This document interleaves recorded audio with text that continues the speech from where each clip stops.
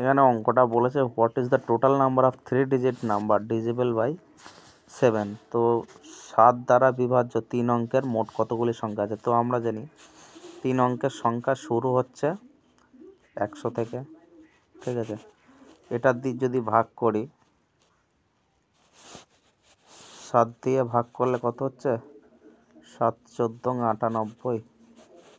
কিন্তু এটা হচ্ছে 2 ডিজিট, এটা হবে না। তাহলে প্রথমে 7 দিয়ে যেতে গেলে হবে 7 15 105। এটা কততম পদ? 15তম, তাই না?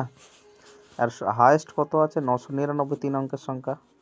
এটাও 7 দিয়ে ভাগ করলে কত হবে?